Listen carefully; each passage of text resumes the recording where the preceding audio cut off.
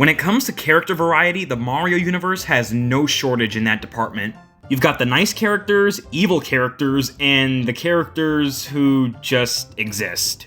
When a character is given their own game, it usually means they can be their own thing without the main character hogging the spotlight all the time. The most important character I can think about that this franchise can't live without is Luigi. Now, people actually think we praise Luigi because we want to stick out from the main crowd. Honestly, what they're saying only makes them seem like the ones who want to stick out from the crowd. Like, dude, it's not difficult to understand why Luigi is the more superior brother, and it's not simply because he has better skills at jumping. His face may reek of a scaredy cat, but deep down, he's no slacker when it comes to saving the day. The Luigi's Mansion games come to mind when I say that about him. Me being one of those folks who have played all 3 games in the series pretty thoroughly, I'd say all 3 games are special and unique in their own way, despite the premise of each game being more or less the same. And since Halloween was a while ago, a video going in depth with each 3 games in the series is the perfect idea to me. I would have released this vid last month, but yeah. I'll be going over how unique, replayable, interesting, and overall how enjoyable these games are on their own. And just as a fair warning, I'll only be covering the ones that released on Nintendo hardware, so this of course excludes the Luigi's Mansion arcade game from Dave & Buster's, Chuck E. Cheese, or wherever you may have seen it at. It's not that great anyway. Why am I doing this? Well, I figured it's time I praised these games from my POV and give them the credit they deserve, since they sometimes get shafted by some gamers out there. And of course, since it was the 5th anniversary for Luigi's Mansion 3 on the 31st, and the fact that I don't exactly have anything better to do, so yeah.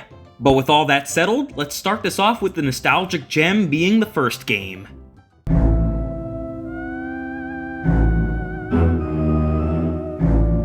And here we are with the true successor to Mario is Missing and Ghostbusters.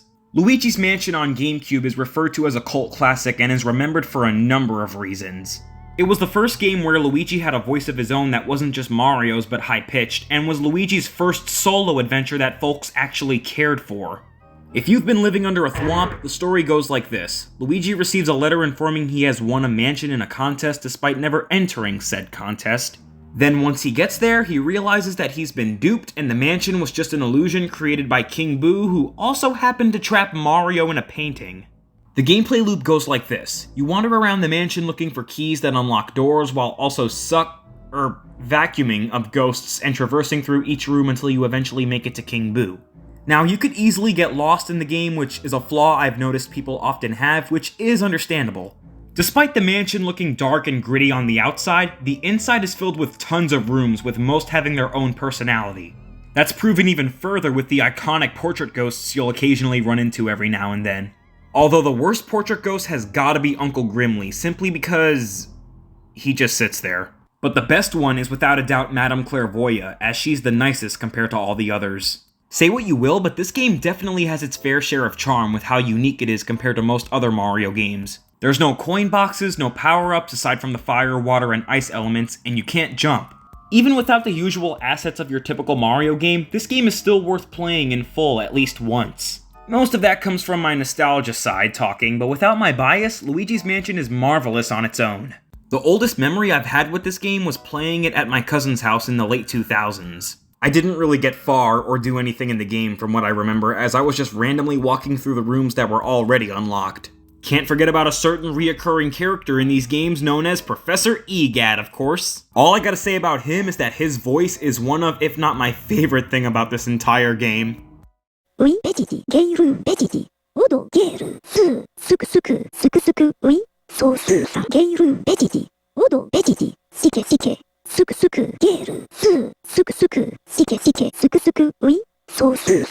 And gotta say, the ghost designs are marvelous and kinda click with me more than the ghost designs in the sequels. Just by looking at them, you can tell that these designs came straight out of a GameCube game.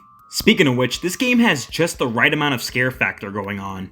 Not scary enough to be a horror game, but enough to maybe even scare a little kid. The beta version of the game did feel like they were trying to make it a horror game, though.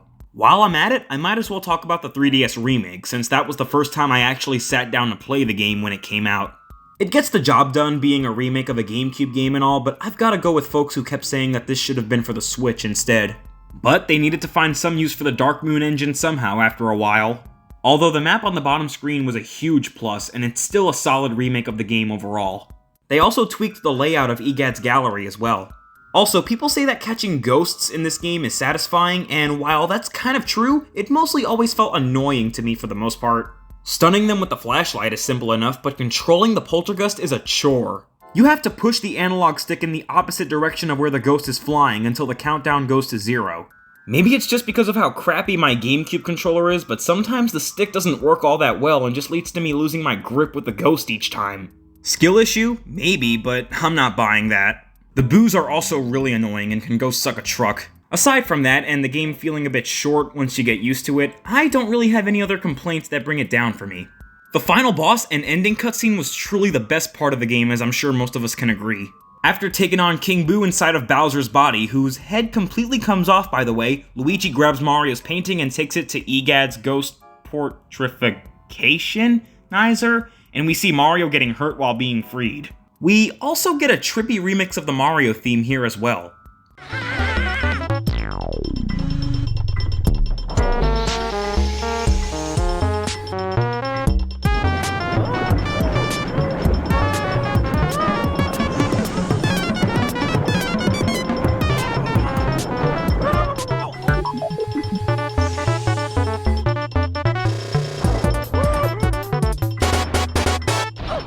Then Mario blasts out of the machine and gets all tipsy, leaving Luigi to laugh and cry tears of joy. Not only because of how goofy Mario looks with the frame around his neck, but the fella is just so happy and relieved to see his brother back safe and sound. It still kinda shocks me how Mario was even able to get abducted by King Boo in the first place, despite him being the hero that he is. This ending is both comical and heartwarming at the same time without overdoing either side of it. And it leaves you feeling proud of what you just went through, all during a single night, apparently. Overall, Luigi's Mansion has hardly aged well, if not at all, aside from some of the textures and dust particles which are still great to look at. That leaves me to rate the game with a 7.5 out of 10.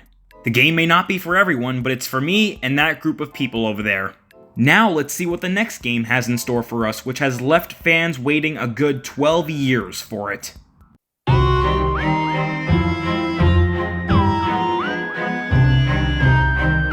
Funny enough, I have more nostalgia for Luigi's Mansion Dark Moon than I did for LM1. That's due to the fact that I played this game religiously on my blue 3DS XL trying to look for all the gems and get the highest rank on every mission.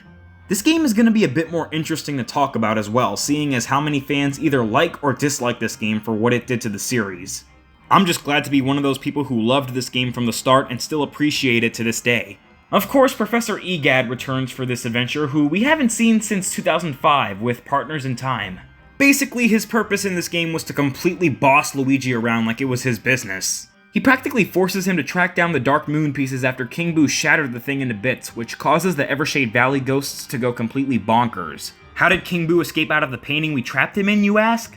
Well, it turns out this old fart sold his painting at a garage sale, and that's all we know of. Yeah, I almost forgot how much Next Level Games might have butchered EGAD's character by making him a total asshole. But to be fair, we do find out that Mario gets trapped in a painting yet again, so Luigi at least has more of a reason to go ghost hunting again. And it's not just one mansion he has to explore this time. Nope, he's got to search 5 separate mansions with each having a different theme. Such as plants, a desert, snow, you get the idea. As we know, this game got rid of the wonderful portrait ghosts, which were a key factor of the OG since they gave the game a lot more depth and character. Ignoring that, this game does actually have personality of its own, which is thanks to the expressive cutscenes with Luigi, ghosts, toads, etc. Oh yeah, and the boss fights in this game are completely random in the best way possible.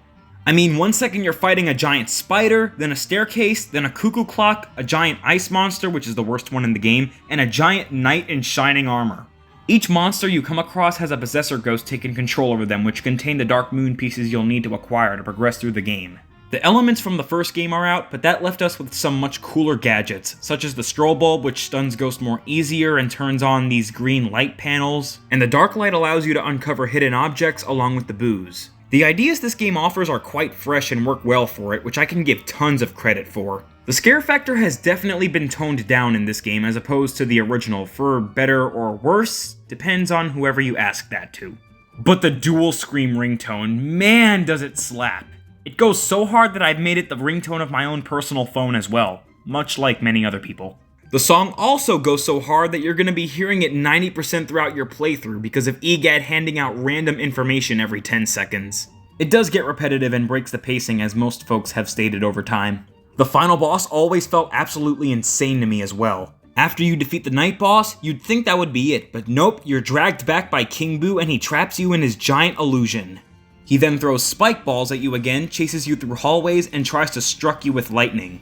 But once you defeat him, you can bet your ass it felt rewarding. The ending is also pretty charming as well. Luigi saves Mario, they both talk in full sentences, the Dark Moon gets fixed, the ghosts get their eyes back, and they take a family photo with each other. Not as wholesome as the first game's ending, but it gets the job done. Even as a kid, I always felt the hate Luigi's Mansion 2 received felt very unfair for the majority of it all. Dark Moon was clearly built with the limitations of the 3DS system in mind, and was a neat little experience for newcomers that didn't get to dabble with the first game. It being mission structured made sense since it was one of those games where you could stop playing for a while and then pick up from where you left off later. That kind of thing works well for a handheld such as this. Not to mention the Scare Scraper mode is incredibly fun, despite me mostly playing by myself around when it came out, but it was still enjoyable nonetheless. Even though I can kinda understand the critics that felt the need to treat this game like it's dog shit or whatever, I still believe Dark Moon had a lot of redeeming qualities, even when you don't view it as a sequel to the OG game. I mean, just think, LM1 was originally made as a tech demo to show off the GameCube's capabilities, while Dark Moon is actually a game that's built from the ground up. It has a lot more personality and character, which isn't to say the original game didn't have that as well. And while the game does have those elements that own up to the Luigi's Mansion title, it also throws a unique spin on it. I'd say it's my favorite 3DS game in general. I even appreciate the fact that it got a remaster on the Switch this year, but I just wish it wasn't $60. Yeah, I'm one of those guys. With that said, I'm glad to reward Luigi's Mansion Dark Moon with a decent 7 out of 10. People tend to treat it bad for all the wrong reasons, and the real flaws of the game are so minimal that they can just be glossed over. But now let's work our way over to the last game in our discussion.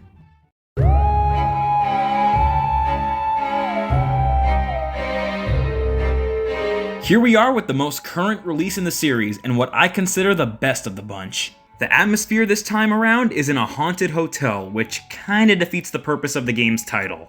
Should have stuck with Hotel Luigi. Oh wait. And Polterpup this time is a guide to help you out during the game, which is much better than how he was in the last one. Something odd is that when the game got revealed in 2018, the bottom of the title said working title. But when we got the real trailer during E3 2019, the final logo was revealed and it still used the same name. The only difference being the letters looking more detailed and the 3 having the color orange instead of green. Huh, I guess they meant working title seriously. But all I've got to say about the graphics for this game is that they are on par with Mario Odyssey's graphics for sure. The beautifully animated cutscenes further prove this given how stylized every single one of them are. Hell, even 5 years later, this game is still one of Nintendo's best looking games. The plot is as predictable as it may seem. Mario, Luigi, Peach, and the Toads get invited to stay at the Last Resort Hotel. And turns out it was a ruse as King Boo decides to trap them in paintings for the 3rd time in a row. But this time he was 3 steps ahead as he's also trapped EGAD in a painting as well. Helen Gravely is the one that freed King Boo this time and is hugely obsessed with trying to get the guy to respect her. Speaking of which, the company actually listened to the critiques LM2 was given and decided to bring back the character-specific ghosts, and not just the basic ghosts. You've got a maid, security guard, a knight, caveman, a janitor, a shark, a disc jockey, and the list goes on. Loads of variety in this game, and I appreciate every second of it. Even the Mario characters themselves are way more expressive than they've ever been. From Mario and Luigi saying goodnight to each other, to them hugging it out when Luigi saves him. By the way, EGAD is even more of a douchebag in this game than the last. If him in Dark Moon wasn't enough to make you want to rip his single tooth out, then it surely will be enough here. The horror factor in this game is just about the same as Dark Moon, where there's little to none of it, as these newer games go for a more comedic type of horror. I do think these games should feel a little bit more darker, but at the same time not scary, but I still love this game. In fact, I feel like the only thing that made me only slightly jump was this scene.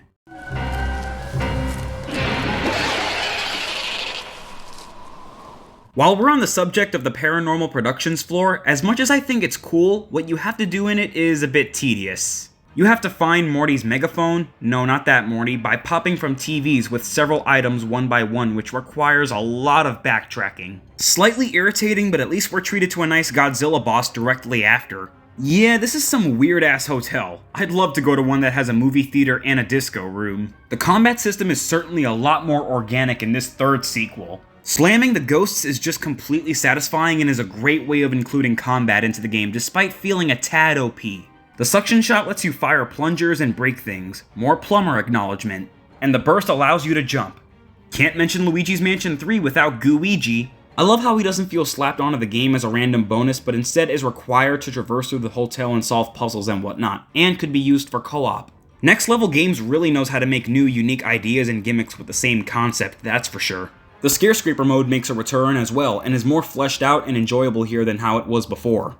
They even added an all-new multiplayer mode called Scream Park, and to be honest, I didn't really spend that much time with it since you could only play it locally and not online.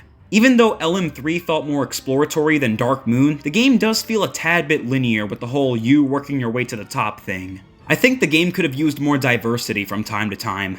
But something I feel lots of people really take for granted are the splendid OSTs these games offer. Not only are they perfect for Halloween, but some are just soothing to listen to while either studying or just driving to or from work. Much like the other two, you can find money just about anywhere in this game. Ha! It's almost like they're just giving it all away. My only real complaint is that this game doesn't feature a boss rush mode or anything like that, so you're practically forced to open a new save slot just to replay the bosses, which is a shame.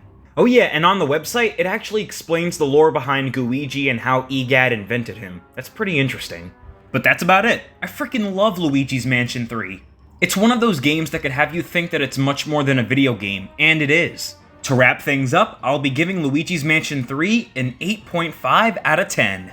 There's hardly anything to dislike about the game, unless you're someone who appreciates the original a little too much and doesn't bother giving it a chance or looking at the game for what it is.